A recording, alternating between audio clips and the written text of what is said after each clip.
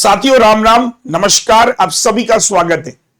अगर आप भी तैयारी कर रहे हो बैंक एग्जाम 2026 की और आपका फोकस है इस बार एसबीआई क्लर्क 2026, जिसके लिए आज से बचे हुए 110 दिन, ये वीडियो मैं बना रहा हूं 7 जून 2026 को।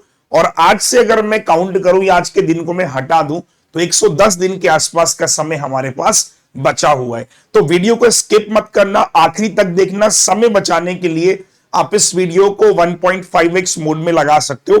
जो जो बातें मैं आपको बताऊंगा, ना सिर्फ आपको कॉन्फिडेंस आएगा, मैं सोर्सेस की भी बात करूंगा, कहां से आपको तैयारी करनी है, आने वाले 110-120 दिनों में आपको कैसे पढ़ना है, शेड्यूल क्या होना चाहिए, पेपर में क्या आता है, कट ऑफ कितनी जाती है, एक बच्चा अगर अभी से तैयारी शुरू करता है तो क्या मुमकिन है, ये सारे सवालों के जवाब आपको मिलेंगे इस वीडियो में। तो शुरू करते हैं। एसबीआई क्लरिकल में इस बार काफी सारी वैकेंसी देखने को मिल सकती है। पहले मैं आपको अपने बारे में बता दूं, मेरा नाम है अरुण सिंह रावत। काफी साल से मैं बच्चों को मेंटर कर रहा हूं एग्जाम्स के लिए। 2023 में ऑल इंडिया रैंक 1 भी मैंने प्रोड्यूस किया था दोस्तों, और इस बार भी मेरा मकसद है कि मैक्सिमम सिलेक्शंस हमें एग्जाम ट्यून के माध्यम से देने हैं। तो ये हमारा खुद का प्लेटफॉर्म है जिसका नाम एग्जाम ट्यून है। तो वेलकम टू एग्जाम ट्यून।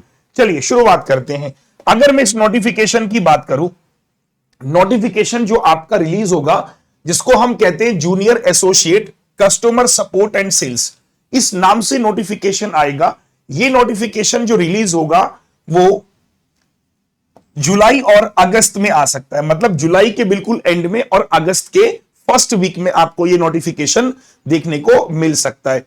अगर मैं बात करूं कि मेरे हिसाब से अगस्त के फर्स्ट वीक में नोटिफिकेशन आपको दिख जाएगा इस बार, ठीक है। तो अगस्त के फर्स्ट वीक में इसका जो प्री एग्जाम टेंटेटिव है वो 27 और 26 सितंबर और 3 अक्टूबर को है। इनमें से कोई एक डेट में इसका एग्जाम हो सकता है या दो डेट में भी हो सकता है, ठीक है दोस्तों। मेंस एग्जामिनेशन इसका 23 नवंबर को होगा। आपको पता होगा कि जो क्लरिकल एग्जाम्स होते हैं उनमें कोई इंटरव्यू नहीं होता है। फेज 1 यानी कि प्री होता है, जिसकी डेट्स मैंने आपको लिख दी, और फेज 2 यानी कि मेंस एग्जामिनेशन। प्री एग्जामिनेशन के मार्क्स काउंट नहीं होते, वो क्वालिफाइंग इन नेचर होता है। मेंस के मार्क्स के बाद आपका सिलेक्शन होता है। आगे अगर मैं चलता हूं, वैकेंसीज इस साल 5 डिजिट में एक्सपेक्टेड है, मतलब 10,000 प्लस वैकेंसी आपको इस साल देखने को मिलेगी।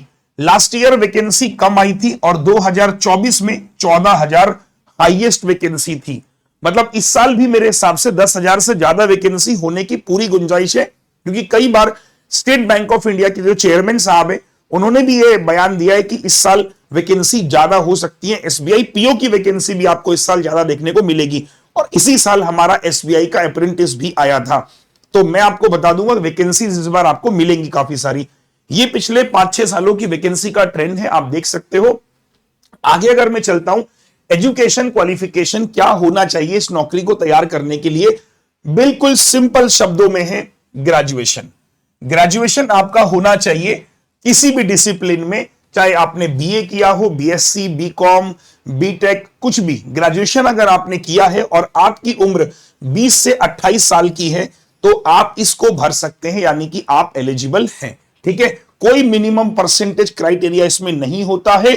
बस ये याद रखना कि जो स्टेट बैंक ऑफ इंडिया का जो क्लरिकल एग्जाम्स होगा वो आप स्टेट वाइज फिल करते हो, मतलब जिस राज्य में मैं रहता हूं उस राज्य से ही मैं फिल कर सकता हूं। अगर मुझे किसी और राज्य के लिए अप्लाई करना है तो फिर मुझे लोकल लैंग्वेज प्रोफिशिएंसी टेस्ट देना होगा, बराबर है ना। मान लीजिए मैं उत्तराखंड से बिलोंग करता हूं तो मैं उत्तराखंड के लिए ही एलिजिबल हूं कायदे में, बट मेरे को लगता है कि यार मैं यूपी से भी फॉर्म भर सकता हूं, कोई प्रॉब्लम नहीं है। तो यूपी की हिंदी है और उत्तराखंड की भी हिंदी है, तो मैं यूपी से भी फॉर्म भर सकता हूं। मुझे बस क्या है कि हिंदी मेरे स्कोर कार्ड में, यानी कि जो मेरा 10th का 12th का मार्कशीट है उसमें हिंदी ऐसा सब्जेक्ट होना चाहिए। माफ कीजिएगा, अगर हिंदी नहीं है तो उस केस में मुझे हिंदी का एक टेस्ट देना होगा, बराबर समझ गए ना। या मान लीजिए मैं क्या नाम है, कहीं और से, पंजाब से फॉर्म भरता हूं तो पंजाबी लैंग्वेज जो होती है, वहां की लैंग्वेज, लोकल लैंग्वेज, उसको मुझे देना पड़ेगा। तो उसके लिए है, ठीक है। आगे चलते हैं। अगर मैं बात करूं पैटर्न क्या होता है, 3 पेपर आते हैं इसके प्री में। सबसे पहला आता है इसमें इंग्लिश लैंग्वेज। देखो इंग्लिश में आपको 30 सवाल मिलेंगे और 30 ही नंबर का पेपर होगा। 20 मिनट का एक सेक्शनल टाइम होगा। 20 मिनट के अंदर आपको ये 30 सवाल सॉल्व करने, कंपलसरी नहीं कि सारे करने होते हैं, जितने बना हुआ उतने बना लो। न्यूमेरिकल एबिलिटी यानी कि क्वांट के 35 क्वेश्चन है, 35 ही नंबर है, इसके लिए भी 20 मिनट का सेक्शनल टाइम है। रीजनिंग के लिए आपके पास 35 क्वेश्चन है और 35 ही मार्क्स है, इसके लिए आपके पास में 20 मिनट का सेक्शनल टाइम है। ठीक है, मतलब टोटल प्री में जो पहला फेज होगा 100 सवाल आएंगे, 100 नंबर के 1 घंटे का पेपर हो गया। याद रखना एसबीआई में क्या होता है, नो सेक्शनल कट ऑफ। मतलब क्या होता है सर कि आपको किसी भी सेक्शन में पास होने की जरूरत नहीं है। ऐसा जैसे कि अगर मैं बताऊं कि प्री आपने दिया और मैंने प्री में दिया और मेरा किसी एक सेक्शन में खराब नंबर आ गया, कोई फर्क नहीं पड़ता। जो मेरी कट ऑफ है ना, वो अगर मेरी फुलफिल हो रही है, ठीक है, जैसे फॉर एन एग्जांपल ये मेरी प्री की कट ऑफ है और मैंने फॉर्म भरा, सपोज करो दिल्ली से मैंने फॉर्म भरा और दिल्ली की कट ऑफ गई थी जनरल की 78.25। तो इसमें कोई ऐसा नहीं है कि आपको हर सब्जेक्ट में इतना मिनिमम लेके आना है प्री में।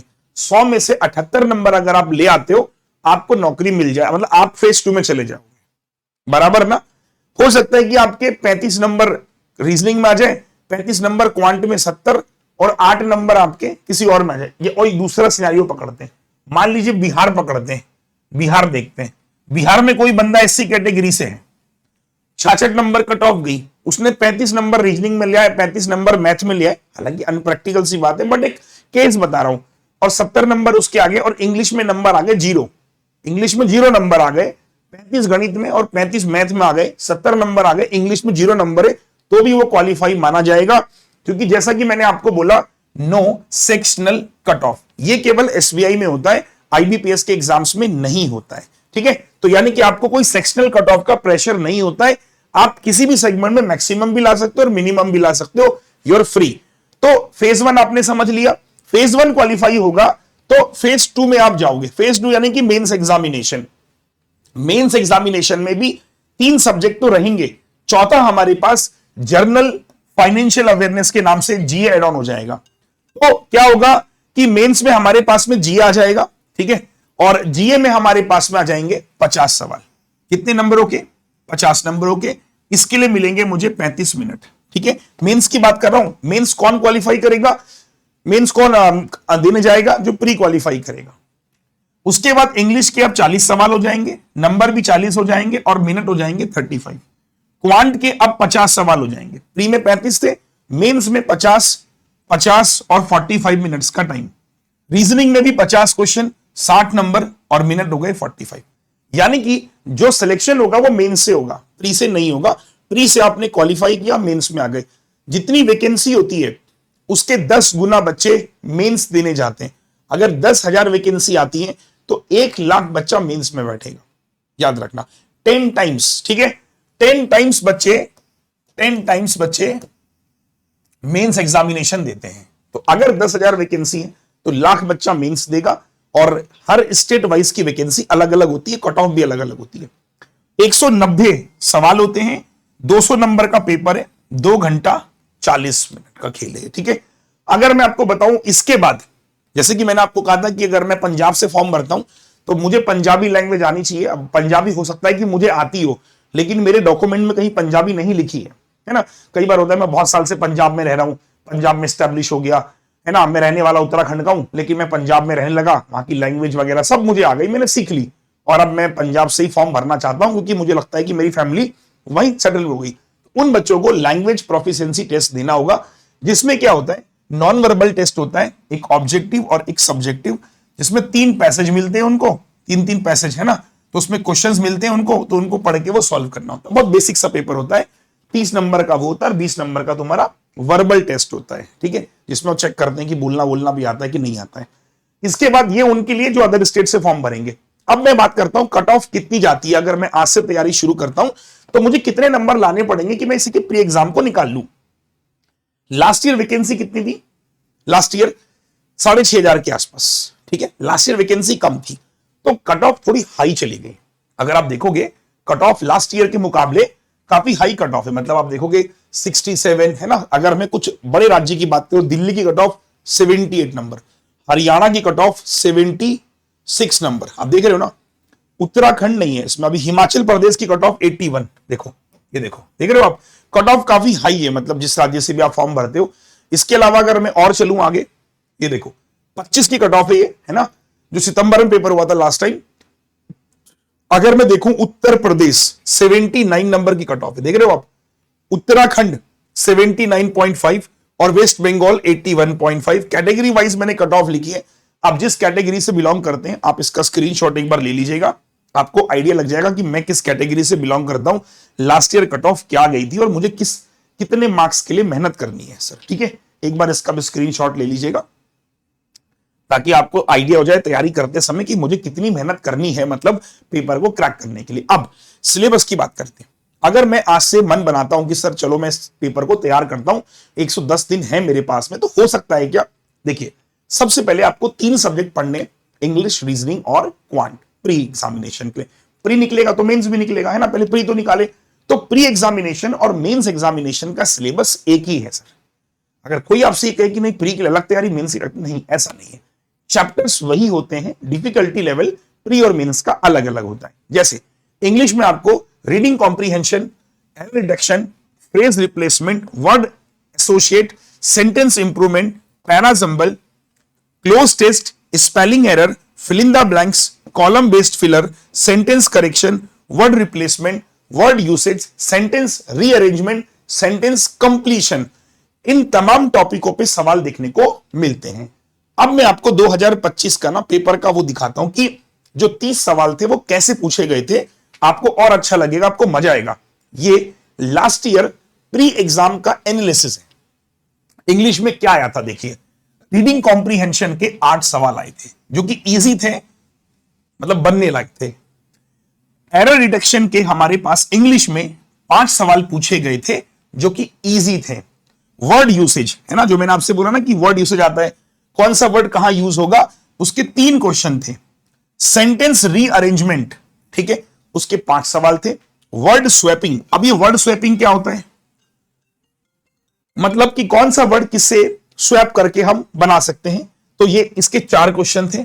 और लास्ट आता है क्लोज टेस्ट, इसके हमारे 5 क्वेश्चन थे। यानी कि 30 सवाल हो गए हमारे इंग्लिश के। क्या क्या टॉपिक पूछे गए थे, इन्हीं टॉपिकों में से क्वेश्चन था, अगर आप देखोगे तो, है ना। ये देखो, वर्ड एसोसिएट हो गया, वर्ड यूसेज हो गया, और वर्ड आपके क्या हो गए, स्वैप हो गया, सब उसी टाइप के हैं। ठीक है, तो आप समझ पा रहे हो मेरा पॉइंट कि इंग्लिश मुझे पढ़ना है तो मुझे इन तमाम टॉपिकों पे काम करना है। इन तमाम टॉपिकों को मुझे आज से एक एक टॉपिक को फिल्टर मार के टाइम बनाना है कि मुझे ये सारे चैप्टर पढ़ लेने। अब इसके लिए या तो आप किसी टीचर की मदद लीजिए या फिर आप खुद से कीजिए। मैं समझता हूं कि जब समय मेरे पास कम है, एक टीचर पकड़ो, सारे टॉपिक्स पढ़ो एंड देन मॉक में कूद जाओ। उसी प्रकार से मैं बात करता हूं, क्या नाम है इसका, रीजनिंग की। रीजनिंग के जो हमारे टॉपिक्स होते हैं वो ये होते हैं, coding, decoding, inequalities, syllogism, blood relation, direction, alpha numeric series, order ranking.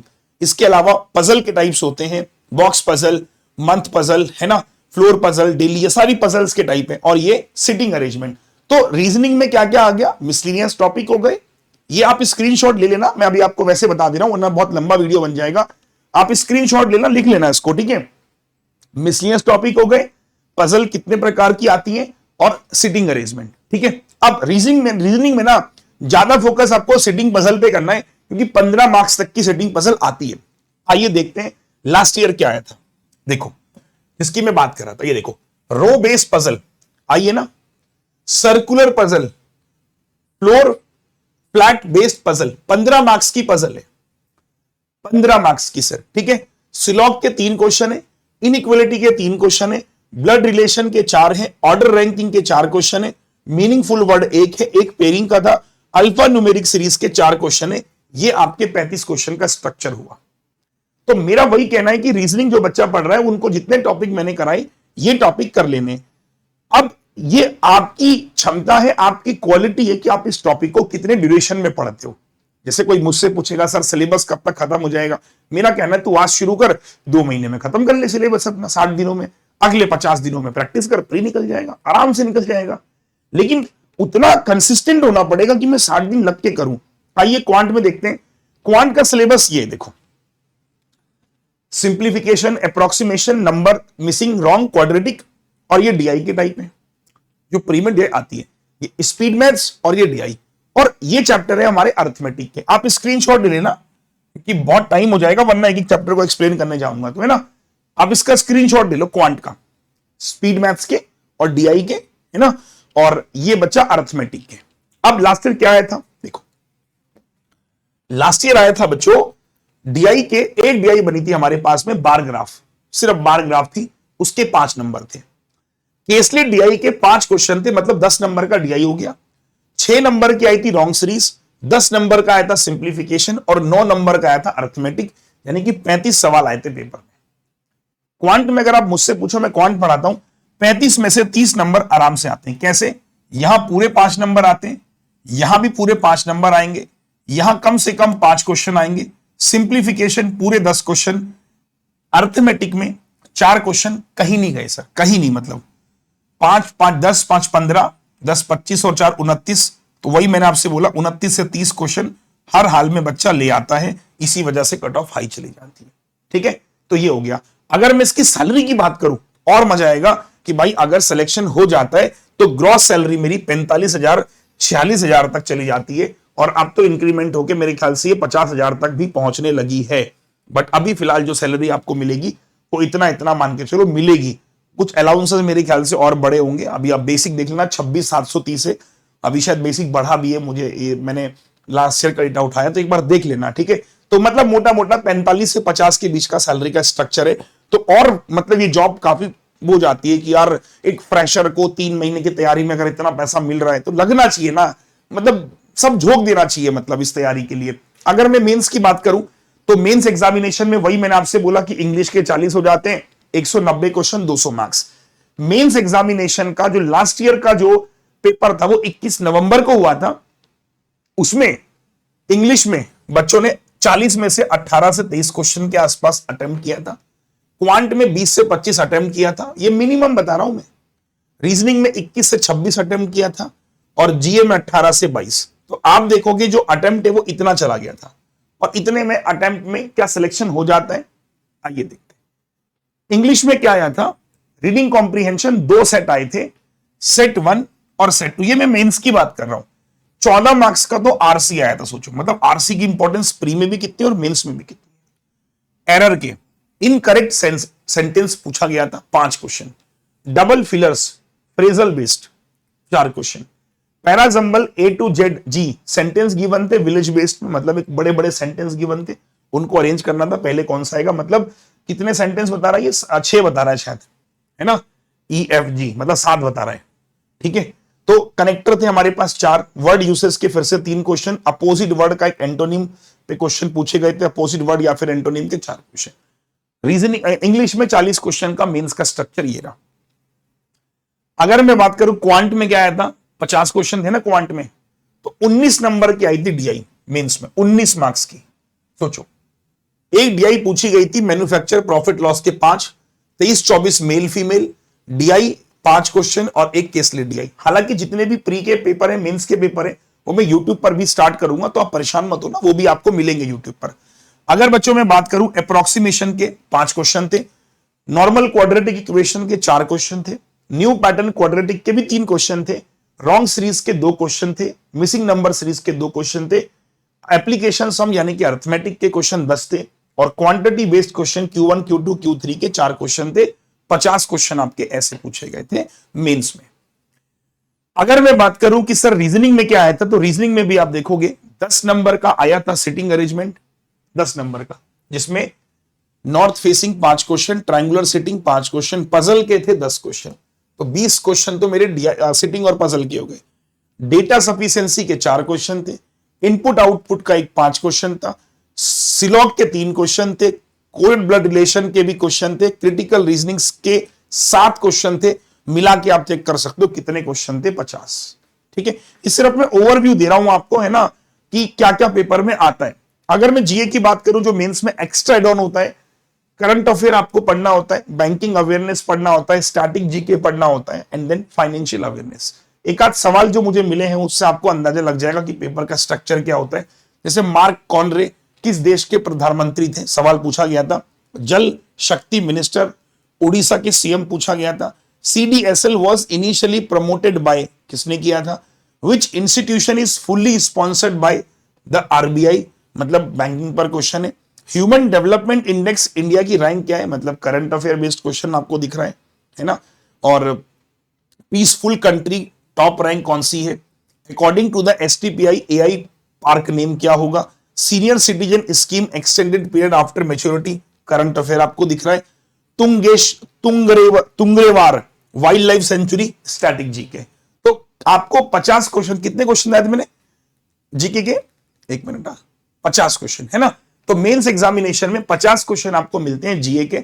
और मेरा ये कहना है कि कट ऑफ अगर मैं देखो ना कितनी चली जाती है, ये देखो 200 में से मेंस की कट ऑफ चली जाती है सर, आप देखेंगे दिल्ली की कट ऑफ गई थी 90, मतलब 45% पे अगर आप करके आते हो पेपर में सिलेक्शन हो जाएगा। जिसमें मैं क्वांट का आपको बताऊं ना, आराम से 50 में से 30 क्वेश्चन बड़े आराम से, 30 क्वेश्चन का तो मैं कमिटमेंट कर रहा हूं कि 30 क्वेश्चन बना लोगे शिद्दत से पढ़ोगे तो 90 नंबर कट ऑफ जाती है, आप देख लो। और कट ऑफ हरियाणा की भी 90 के आसपास ही जा रही है, ठीक है। 94 हालांकि आंध्र प्रदेश की गई थी, उत्तर प्रदेश की अगर मैं देखूं अभी आया नहीं, राजस्थान की 88 थी, पंजाब की 93 थी। हर राज्य की ना अलग अलग होती है कट ऑफ, ठीक है। इसके अलावा उत्तर प्रदेश की कट ऑफ गई थी 88.25। अगर आप एससी कैटेगरी से बिलोंग करते तो 68 नंबर गई थी, एसटी कैटेगरी से 60 नंबर, ओबीसी वालों के लिए 78 गई थी और ईडब्ल्यूएस वालों की 82 कट ऑफ। तो कट ऑफ देख के लग रहा होगा कि यार 200 नंबर का पेपर है, अगर ऑन एन एवरेज मतलब कितना कट ऑफ जा रहा है, 88%, वही 45%, मतलब 20 मतलब 40% पेपर में मैं अच्छे से अटेम्प्ट कर रहा हूं और 2 सब्जेक्ट मेरे अच्छे स्कोरिंग है तो पेपर निकला जा सकता है। आप समझ रहे हो ना मेरा पॉइंट। मैं बोल रहा हूं क्वांट में 30 नंबर में बोल रहा हूं, तो बचे हुए 3 में के 50 नंबर भी ला पाओगे या 60 नंबर भी ला पाओगे, ले आएंगे सर, है ना। तो मुमकिन है, बस पढ़ना पड़ेगा, लगना पड़ेगा। पेपर टफ आता है नो डाउट, लेकिन cut off seems to be कि हाँ यार इम्पॉसिबल जैसा कुछ नहीं है, ठीक है। अब करना क्या है sir, this is the main question कि सर तैयारी करनी है लेकिन करूं कैसे। सी फर्स्ट ऑफ ऑल एक फाउंडेशन स्टार्ट करो, मतलब सारे जितने चैप्टर्स मैंने लिखे उन चैप्टर को पढ़ना शुरू करो। तैयारी करने का सबसे सही तरीका उन सारे चैप्टर पे ही सवाल बनेंगे, प्री में भी और मेंस में भी, वो करो। देन उसके बाद पीडीएफ कोर्स। पीडीएफ कोर्स क्या होता है कि जो क्लास आपने पढ़ी उसी पीडीएफ को वापस से सॉल्व करो, या और पीडीएफ उसके बेस पे, उन टॉपिक के बेस पे जितने भी पीडीएफ मार्केट में चल रहे हैं हम प्रोवाइड करते हैं वो आप करिए। उसके बाद फिर मॉक टेस्ट पे आइए। मॉक टेस्ट जरूरी है, जो टाइमर के साथ होता है, जिसमें आपको पता चलता है कि मैं कहां गलत हूं और कहां सही हूं। फिर आपकी जो स्पीड है और जो एक्यूरेसी है वो बनती है जब इन तीनों का कॉम्बिनेशन एक साथ चलता है। कुछ लोग क्या करते हैं, फाउंडेशन करते हैं, मॉक टेस्ट नहीं करते, या पीडीएफ से तैयारी नहीं, मतलब पीडीएफ की प्रैक्टिस नहीं कर रहे हैं, वो जो सर ने क्लास में दी है मैं आपको दे रहा हूं कि भाई ये 100 सिंप्लीफिकेशन की पीडीएफ सॉल्व करनी, नहीं कर रहे हो। मैं डेली बोल रहा हूं कि यार ये करना, नहीं कर रहे हो, तो वो भी फिर मुमकिन नहीं हो पाता। अब इन सब चीज के लिए मैं रिकमेंड करूंगा आपको, मेरा पहली बार हमने एक बैच बनाया आपके लिए जिसका नाम है निर्माण बैच। ये स्पेशलाइज्ड बैच है क्लर्क का, मतलब लोग क्या करते हैं क्लर्क और पीओ का बैच एक साथ बनाते हैं। We are the first one जिन्होंने क्लर्क का बैच अलग बनाया है। The reason behind, clerk exams का जो पैटर्न है वो लो लेवल पैटर्न है, कट ऑफ हाई होती है, तो इसके लिए हम वही क्वेश्चन करेंगे जो एग्जाम्स में आते हैं। आप मुझसे पूछते हो कि सर आप 110 दिन में क्या सिलेक्शन करवा दोगे, मैं बोलता हूं कैसे कराऊंगा, ये I give you clerical exams questions only in this batch. मैं क्लरिकल एग्जाम्स का ही आपको लेवल कराऊंगा, माइंडसेट वैसा रखूंगा कि क्वेश्चन बहुत जल्दी सॉल्व हो रहा होगा, कम समय में ज्यादा आउटपुट हम गेन करेंगे। इस बैच की कीमत हालांकि 1400 रुपए है। मैं रिकमेंड करूंगा कि आप इस बैच की बजाय आप लीजिएगा हमारा बैंक महापैक, क्योंकि इसमें टेस्ट सीरीज भी आ जाती है। ये कंप्लीट सब्सक्रिप्शन होता है दोस्तों, जिसमें आपको मैं प्लान रिकमेंड करूंगा ये वाला। इसमें आपको चारों टीचर मिल जाते हैं, है ना, मेरी क्लास, अर्पित सर, संतोष सर, विवेक सर, चारों मिल जाते हैं। इसकी कीमत होती है 1600 रुपए, ठीक है। 1600 रुपए का आपको ये पड़ता है, और जिसमें आपको 15 महीने तक आप कोई भी बैचेस हमारे आएंगे वो सारे आपको फ्री मिल जाएंगे। सारे लाइव और रिकॉर्डेड बैचेस मिल जाते हैं, टेस्ट सीरीज मिल जाती है, पीडीएफ कोर्स, किताबें मिल जाती हैं, इंटरव्यू बैच अगर कोई नीड है तो वो मिल जाती है। अगर आप इसमें खरीदते हो तो 3 महीने की एक्स्ट्रा वैलिडिटी भी इसमें मिलती है, मतलब जैसे ना 12+3 चलता है वो, तो 3 महीने की वैलिडिटी एक्स्ट्रा मिलती है। इसको आप खरीदीजिएगा, ये कंप्लीट सब्सक्रिप्शन, इसके अंदर सब कुछ है, तो मैं लिख दे रहा हूं इसके अंदर सब कुछ है, ठीक है। कहां मिलेगा ये बैच वही बता देता हूं। मैक्सिमम डिस्काउंट अगर आपको इस बैच पे चाहिए तो इस कोड का इस्तेमाल कर लीजिएगा, कोड है अरुण, ठीक है। इस कोड का आप इस्तेमाल करोगे तो आपको मैक्सिमम डिस्काउंट भी मिल जाएगा जितना मिलता है। और कोई एक सर्विसमैन हमारे साथ इस वीडियो को देख रहा है तो सर आपको लेना है बैंक एग्जाम का सुपर पैक, ठीक है। सुपर पैक आपको लेना है, आपके लिए भी वही प्राइस होता है कि 12 महीने का प्राइस आपका 1600 रुपए है। एक सर्विसमैन वालों के लिए अलग से बैच हमने बनाया, इसमें भी सर आप मेरा कोड यूज कर देंगे अरुण, तो आपको इसमें डिस्काउंट मिल जाएगा। ठीक है सर जी, तो ये हो गया एक सर्विसमैन वालों की। हमारे हाल फिलहाल के एक सर्विसमैन के सिलेक्शंस भी हैं। इस नंबर पे आप कॉल कर सकते हो अगर आपको बैच के रिगार्डिंग कोई दिक्कत परेशानी आती है। ये हमारी वेबसाइट examtune.com और ये हमारी एप्लीकेशन है जहां पे आपको क्लासेस मिलेंगी। कोई दिक्कत परेशानी आती है इस नंबर पे कॉल कर दीजिए, एप्लीकेशन को डाउनलोड कर देना, लिंक डिस्क्रिप्शन में है, जाके चेकआउट कर लीजिएगा। और मेरा बस यही कहना है कि बच्चों, let's make a pledge 2026 is my selection year. वो तभी मुमकिन होगा जब मैं थोड़ा कंसिस्टेंट रहूंगा। अगर आप ये वीडियो आज यहां तक देख रहे हो, इसका मतलब आप सीरियस कैंडिडेट हो। जिस बच्चे ने यहां तक वीडियो देखी, इसका मतलब वो सीरियस कैंडिडेट है। तो कमेंट सेक्शन पे लिख देना 2026 is my selection year.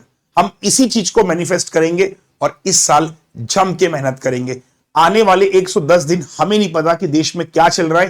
Phone, YouTube सब फिलहाल के लिए बंद कर दो। वाई आई टेल यू कि एक रिकमेंडेड बैच डाइवर्जन क्रिएट नहीं होता सर। आप देखते होंगे, आप यूट्यूब से पढ़ाई करते हो, पढ़ाई करते करते कोई वीडियो चल रहा है कि यार आज ना अंजना ओम कश्यप अपने टीचर को ये बोल दिया, दिमाग तुरंत भागता है सर उसकी तरफ।